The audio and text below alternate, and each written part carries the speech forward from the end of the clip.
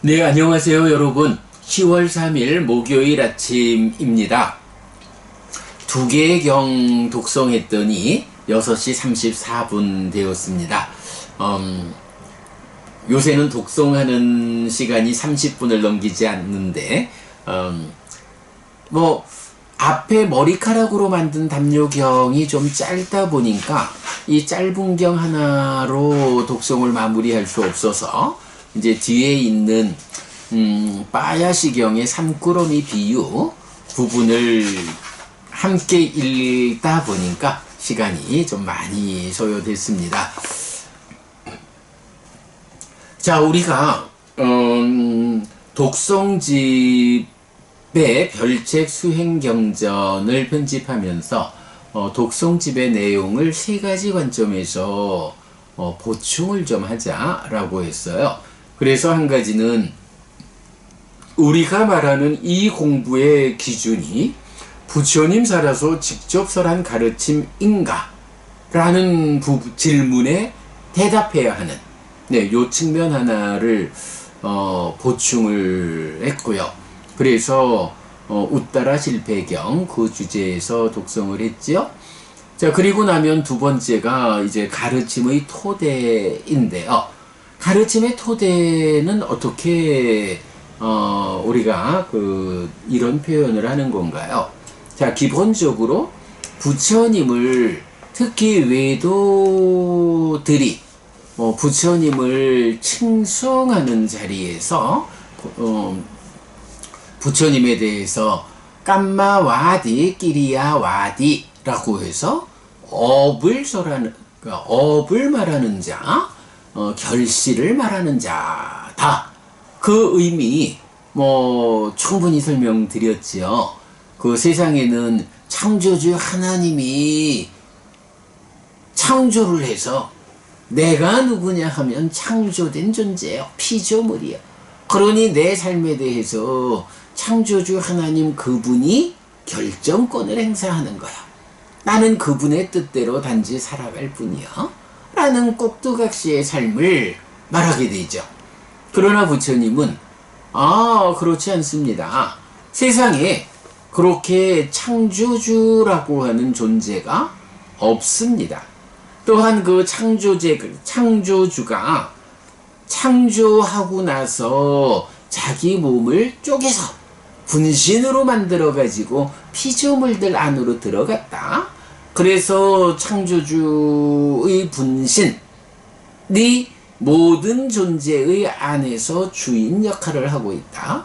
이 주인 역할을 하는 것을 아뜨만이라고 부르는데 상납아정의 성질을 가지고 있다. 이렇게 말을 하지만 그거는 그렇게 말하는 사람들의 상상에 의해서 설정된 개념이지 삶이라는 것은 그렇지 않습니다. 라고 해서 창조주에 의해서 창조되어서 살아가는 요런 존재가 우리는 아닙니다. 그럼 우리는 누굽니까? 행위를 통해서 행위를 누적해 가면서 나를 만들어가는, 그래서 중생들은 자신의 업이다. 자신의 행위, 자신의 업을 통해서 자기 자신을 만들어가는, 내가 나의 삶을 만들어가니까 내가 내 삶의 주인이죠. 주인공이라는 얘기죠. 그러면 또 이렇게 삶의 과정, 행위를 누적하면서 내가 만들어진다 라는 요 이야기를 달리 어떻게 하나요? 업을 잇는 자, 이렇게 표현을 하죠. 그래서 이제 부처님을 업을 말하는 자라고 칭송하는 것은 하여간 단순한 이런 의미죠. 창조주 하나님에 의해서 창조된 피조물이 아니요, 나는 무상하다라는 조건들에 의해서 결과로 생겨나서 이제 내가 내 삶의 과정, 나의 행위 업을 통해서 나 자신을 만들어가는 이런 주인된 삶을 사는 사람이요. 그렇게 내 행위, 업을 이어가는 그런 존재요. 라고 말하는 것. 그리고 이제, 끼리야와디, 결실이 있다. 라고 말하는 것은, 뭐 이렇게 내가 내 행위로서 나를 만들어 간다. 라는 것은, 이 행위가 어떤 행위를 하든 관계없이 그냥 살아가. 요렇게 말한다면, 행위를 통해서 나를 만든다 할 수 없죠. 그러면 이제 행위를 통해서 나를 만든다 라는 것은 어떤 의미인가요? 각각의 행위는 그 행위마다 행위의 결과로 생겨나는 것들이 있다. 그래서 이런 행위를 하면 이 행위의 결과로 생겨나는 것, 이것들을 쌓아가면서 나를 만든다, 나를 이어간다. 이렇게 말하죠. 저런 행위를 하면 저런 행위의 결과로 생겨나는 것들이 있고 그 생겨나는 것들을 쌓아가면서 나를 만들어간다. 그렇게 업을 잇는 자로 살아간다. 네, 이렇게 말하는 것이 결실이 있습니다. 그래서 불교 안에서는 아주 큰 비중을 가지고 나타나는 게 10가지 악한 업과 10가지 선한 업, 10악업, 10선업이잖아요. 요 표현 그대로가 적용되죠. 과도, 보도, 괴로움이어서 지옥으로 이끄는 힘을 가지는 10악업은 피해야 합니다. 과도, 보도, 행복이어서 하늘로 이끄는 힘을 가지는 10선업은 적극 실천해야 합니다. 요 의미가 뭔가요? 악업이라는 것은 그 악업의 결과로 괴로움을 생겨나게 하는 그런 결과. 악업의 결과로 괴로움이 생겨나고, 선업은 그 행위업의 결과로 행복이 생겨난다. 그러니 우리가 괴롭지 않고 행복해야겠다 라고 한다면 이것을 결정하는 것이 누구냐? 창조주 하나님, 이런 존재 없다. 오직 내가 괴로움을 만드는 10악업이라는 이 오염된 행위를 할 거냐, 행복을 만드는 오염원이 해소된 이런 선업의 행위를 할 거냐, 내가 어떤 삶을 살아갈 거냐, 어떤 업을 지을 거냐에 따라서 괴로운 결과를 만들 거냐, 행복한 결과를 만들 거냐. 괴로움을 만들어서 괴로운 존재로 삶을 이어갈 거냐, 행복을 만들어서 행복한 존재로 삶을 이어갈 거냐. 네, 이걸 말하는 게 하여간 10악업은 피하고 10선업은 적극 실천하자 라는 거고, 바로 업이 있고 거기에 결실이 있다, 이렇게 말하는 내용이잖아요. 자, 그리고 나면 이제 그래서 이제 우리가 이렇게 업을 잇는 자와 관련해서 기어감의 경과 반복 숙고해야 하는 경우경, 이틀 동안에서 2개의 핵심되는 경을 공부했죠. 자, 그리고 나면 이제 요런 업을 절하는 자, 그러니까 업을 말하는 자, 결실을 말하는 자인 부처님을 놓고, 자, 우리가 방금도 10악업은 피하고 10선업은 적극 실천하자, 그래서 괴로움은 피하고 행복을 만들자, 이렇게 얘기를 했는데, 그러면 중요한 건 뭔가요? 우리가 말로만, 개념으로만 10악업은 피해야지 뭐, 10선업을 적극 실천해야지 뭐, 요렇게 말한다, 생각한다라고 해서 나의 삶이, 나의 행위가 10악업을 피해지고 10선업을 적극 실천하게 되느냐 하면 그러지를 못한 거예요. 내가 오랫동안 쌓아온 그 삶의 과정에서 누적되어 있는 이 식의 속성, 또 잠재된 상이 그 행위를 재현하려는 경향으로 참여하는 이런 내적인 문제들 때문에 나는 악업을 피하고 선업을 지어야겠어. 그래서 괴로움을 피하고 행복을 만나야겠어. 라고 누구나 다 그렇게 생각하고 원하겠지만 실제로 나의 삶이 악업을 피하고 선업을 실천할 수 있느냐? 라는 것은 또 다른 문제다. 자, 그래서 이제 부처님,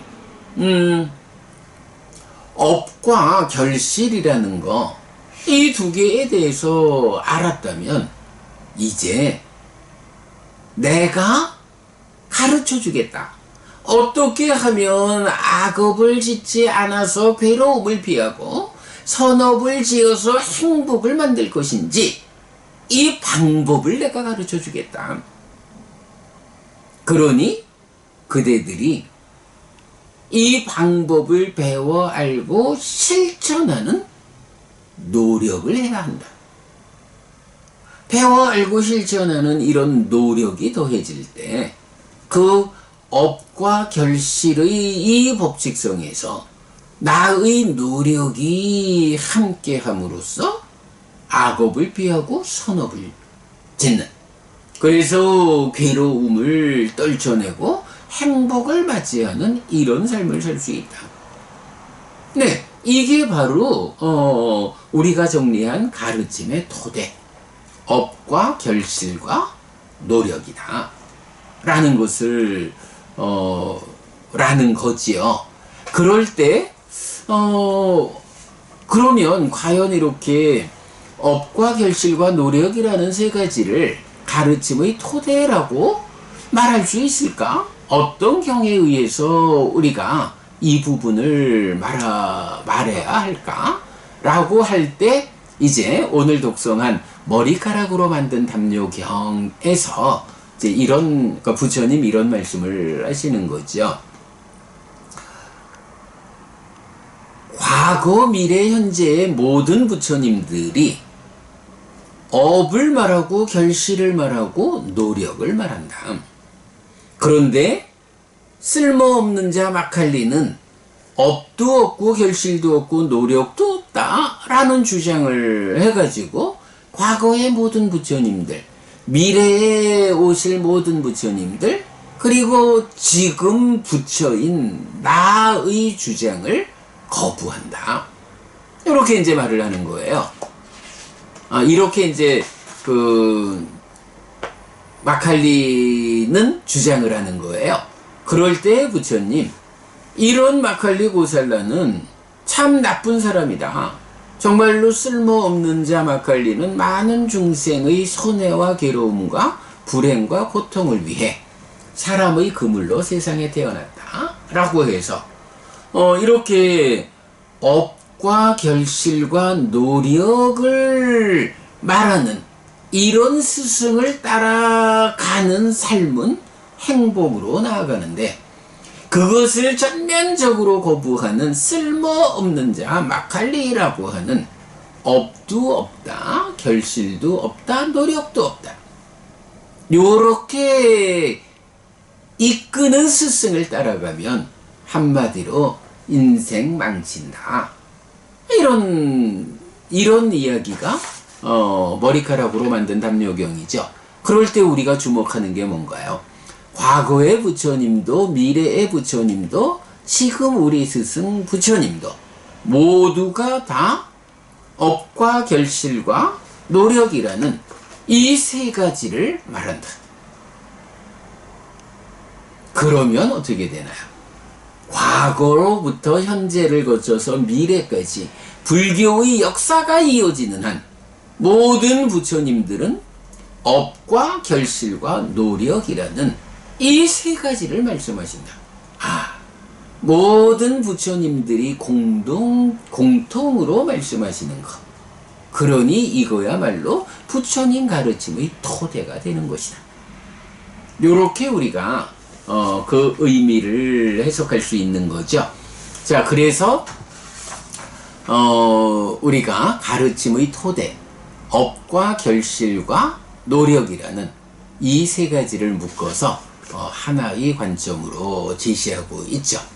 자, 아무튼 이렇게 그 머리카락으로 만든 담요경에서 업과 결실과 노력이라는 이 세 가지 법이 과거의 모든 부처님, 미래의 모든 부처님, 지금 우리 스승 서가모니 부처님, 고타마 부타, 불교의 역사를 잇는 모든 부처님들이 공통되게 말씀하시는 그 가르침이다.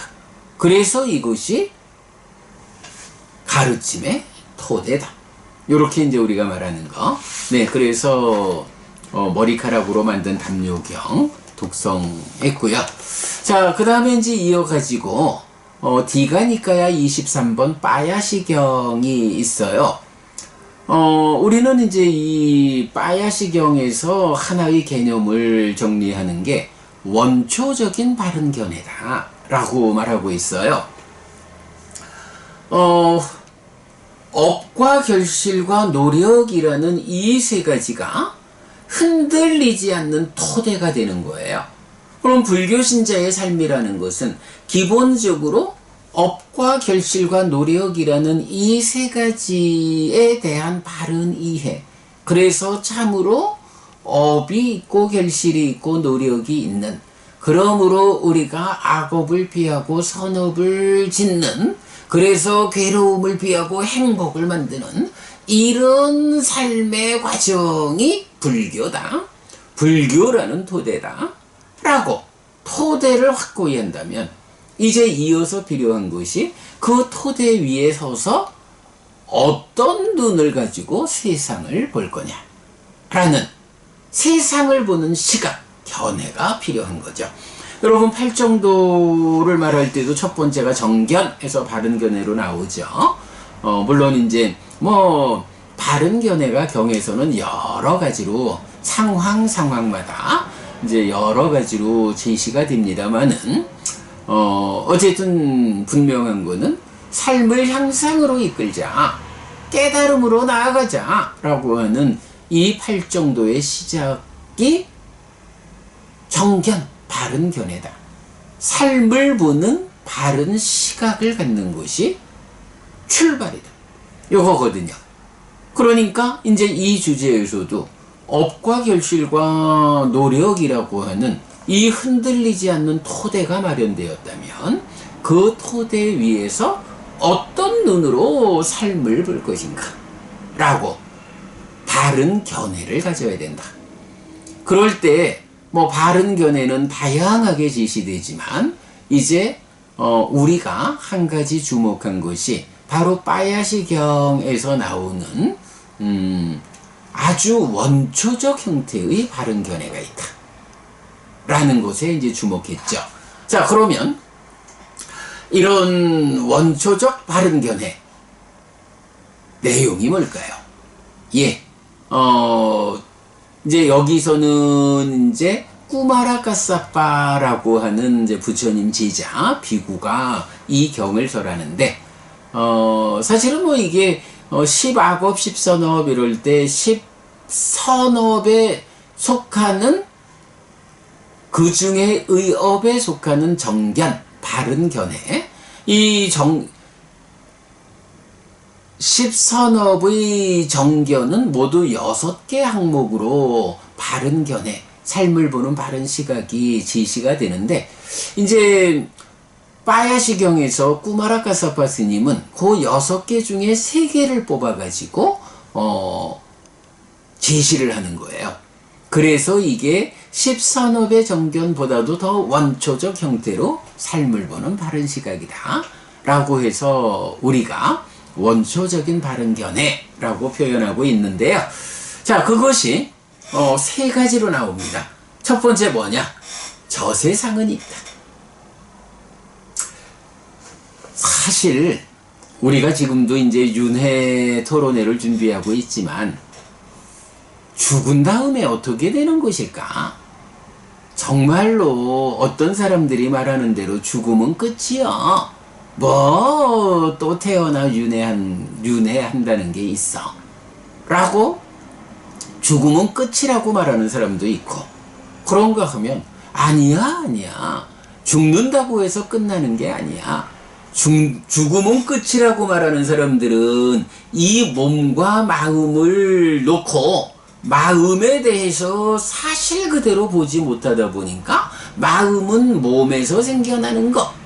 그러니 몸이 무너져 버리면 생겨나게 하는 토대를 상실하는 마음도 소멸하고 마는 거예요.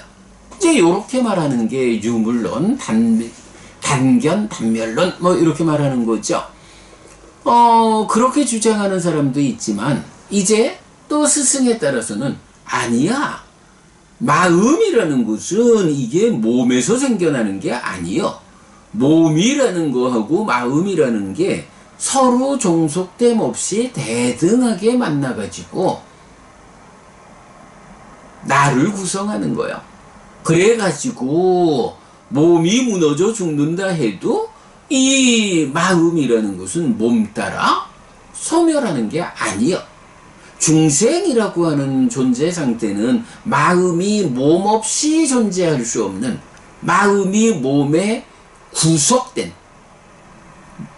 상태이기 때문에 몸이 무너져 죽으면 마음이 혼자 있지 못하고 새로운 몸으로 가서 새로운 몸과 함께 새로운 존재가 되어서 또 살아가야 돼. 이렇게 몸이 무너지는 걸 죽는다 하고 새로운 몸으로 가서 새로운 몸을 만나서 새로운 존재를 형성하는 것을 태어남이라 하고, 이렇게 죽으면 또 태어나고 태어나면 또 늙고 죽는 일을 반복하는 거, 이걸 윤회라고 말하는 거죠. 자, 이럴 때 사실은 모르는 거예요. 죽으면 어떻게 되지? 살아있는 동안은 어쨌든 이 몸으로 내가 있으니까 알겠는데, 죽은 다음에 또 태어나는 것일까? 태어나지 않는 것일까? 이 몸으로의 삶을 이 세상이라고 말하고, 죽은 다음에 또 새로운 몸으로 가서 새로운 존재가 되어 태어난다 라고 하면 저 세상, 이렇게 말을 할 텐데, 이 세상이 있는 거는 내가 살아있으니 확실히 알겠는데, 저 세상이라고 하는 새로운 몸과 함께 살아가야 하는 죽음 이후의 삶은 있는 것일까? 없는 것일까? 요걸 모른다고요. 그래서 이제 필요한 게 뭔가요? 스승이 필요한 거죠. 어떤 스승의 가르침에 내가 공감하고 동의하고 신뢰를 일으켜서 뒤따라가느냐에 따라서 삶이 결정되잖아요. 그 중에 불교 신자는 누군가요? 내가 모르는, 그러나 알아야 하는 이런 주제에 대해서 부처님이라는 스승의 가르침을 공감하고 동의하고 신뢰를 일으켜서 배워 알고 실천하는 사람들이 불교 신자잖아요. 자, 이럴 때 부처님이 여기에 답을 주는 거죠. 저 세상은 있다. 그래, 이 몸으로의 삶이 몸이 무너져서 끝나면 몸 없이 존재할 수 없는 중생에게서의 이 마음은 몸 없이 있을 수 없으니까 새로운 몸으로 가서 만나가지고 새로운 존재를 구성해서 다시 삶을 이어가는 것. 요렇게 말하는 죽음 이후의 존재 상태, 저 세상은 있다라고 깨달은 자인 스승이 정확히 답을 주는 거죠. 저 세상은 있다. 죽은 뒤 어떻게 되는 것일까? 에 대한 답을 부처님은 이렇게 주는 거죠. 자, 그러면 이렇게 저 세상이 있어서 태어나야 한다면 태어나는 그 자리는 어딜까? 라고 할 때 부처님은 또 화생하는 중생은 있다 라고 대답을 하죠.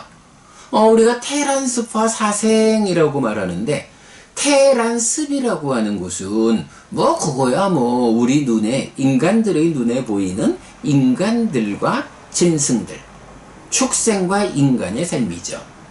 그런데 이렇게 우리 눈에 보이지 않기 때문에 있는지 없는지 스승을 통해서 확인해야 하는 그런 존재 상태가 우리가 다 알지만 지옥이라는 존재, 악귀라는 존재, 하늘의 신이라는 존재, 이런 우리 눈에 보이지 않는 존재 상태는 있는 것일까 없는 것일까 라고 할 때 부처님은 화생하는 중생은 있다 라는 이 한마디를 통해서 자, 저 세상이 있어서 죽은 다음에 또 태어나야 하는데 그 태어나는 자리가 어딜까?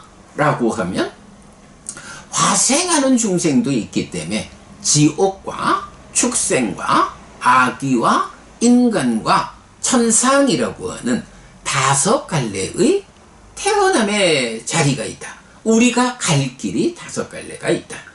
테란습이라고 하는 눈에 보이는 축생과 인간, 화생이라고 하는 눈에 보이지 않지만 부처님이라는 스승에 의해서 우리가 확인하는 지옥과 아귀와 천상, 이런 5갈래의 태어남의 자리가 있다. 그러면 이제 이렇게 저 세상이 있어서 태어나야 하고 5갈래의 태어남의 자리가 있는데 그 중에 나는 어디에 태어나야 할까? 여러분 불교 신자라면 당연히 지옥 가면 안 되죠. 짐승으로 태어나서도 안 되죠. 아귀로 태어나서도 안 되고요.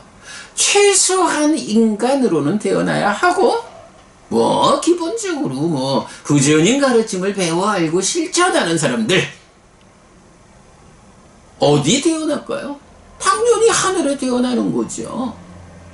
부처님 가르침이 공덕을 짓게 이끄는 이 가르침은 우리를 하늘로 이끄는 힘이 있다고요.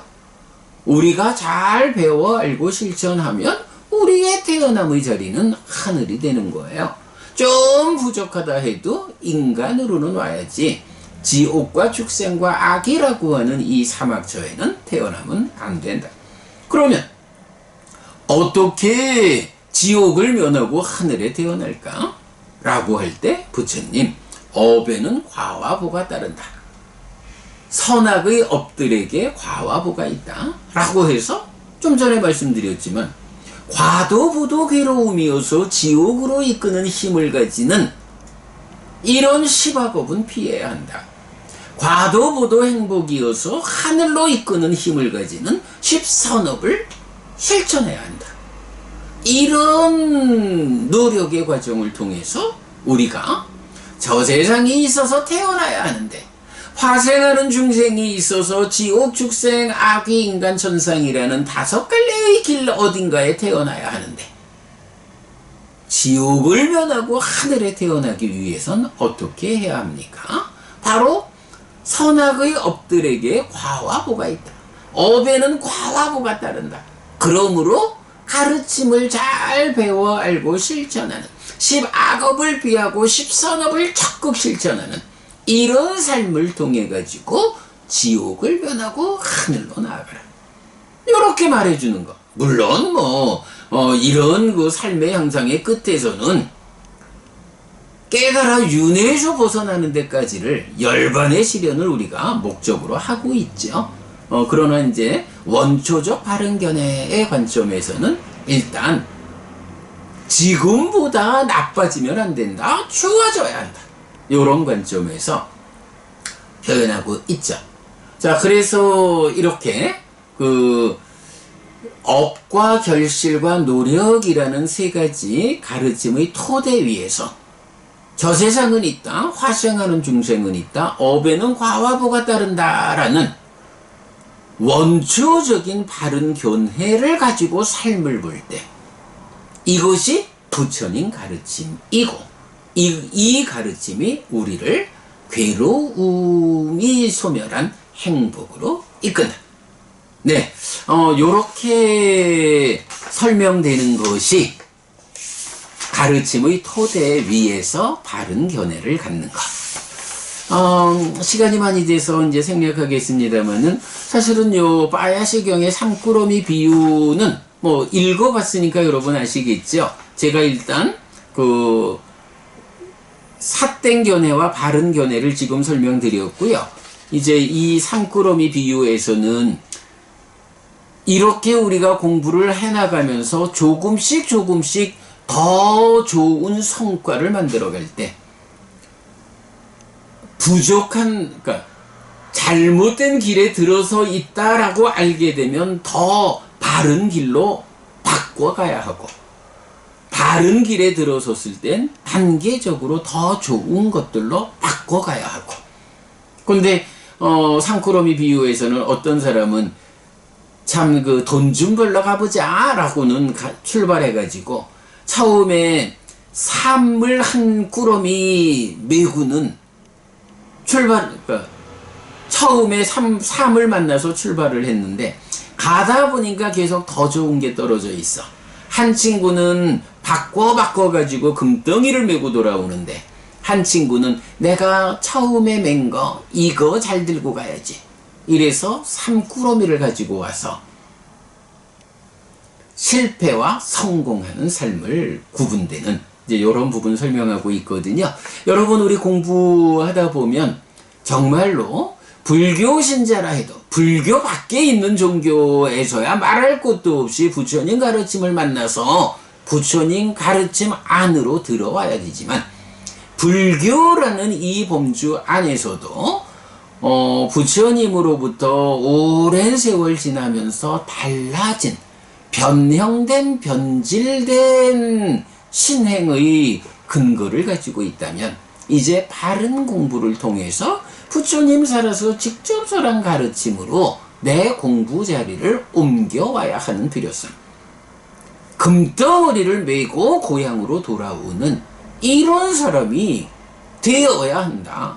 부처님 살아서 직접 설한 가르침을 우리가 만났다면, 이제 그동안 얼마의 공부를 해왔던 불교 신자로 살았던, 이제 부처님 살아서 직접 설한 가르침으로 자리를 확고히 해야 한다. 사실은 대표적으로 그 일을 한 사람이 누군가요? 저잖아요. 제가 출가가 늦잖아요. 어쨌든 저는 40년을 불교 신자로 살다가 나이 50 다 돼가지고 늦게 출가를 했습니다마는, 출가해가지고 이제 부처님 살아서 직접 설한 가르침을 만났다. 저는 그야말로 일거에 40년 세월을 행해왔던 나의 신행, 관세음보살도 많이 찾았고 지장보살도 많이 찾았고 금강경도 많이 읽었고 전수경도 많이 외웠고 반야심경을 입에 달고 들던 이런 신행의 과정에서 길을 보았다 라고 해서, 저는 그야말로 일거에 바꿔가지고 오직 부처님 살아서 직접 설한 가르침 니까야 라고 공부의 방향을 바꿔서 진입했죠. 이제 10여 년 오직 이 길로 매진하다 보니까 이제는 그래도 제가 제법 부처님 가르침의 진정이 무엇인지 알게 되었다. 그야말로 삼꾸러미를 메고 가던 사람이 이제 이렇게 바꿔 메고 나니까 금덩어리를 메고 고향에 돌아가게 되었다. 대표적으로 제가 그 일을 했잖아요. 예, 삼꾸러미 비유에서 여러분 우리 그 부분을 놓치면 안 되고요. 아이고, 시간이 너무 돼가지고 이렇게 맞춰야 되겠습니다. 네, 여러분 오늘 중요한 공부했습니다. 잘 기억하셔서 삶을 바르게 이끌자라는 말씀드려요. 네, 여러분 오늘도 부처님의 언어로 부처님의 가르침을 독송하면서 하루를 잘 시작했습니다. 잘 시작한 오늘 하루 여러분 내내 편안하시고 이익과 행복을 쌓는 시간 되시기 바랍니다. 함께 해주셔서 고맙습니다. 여러분 행복하십시오.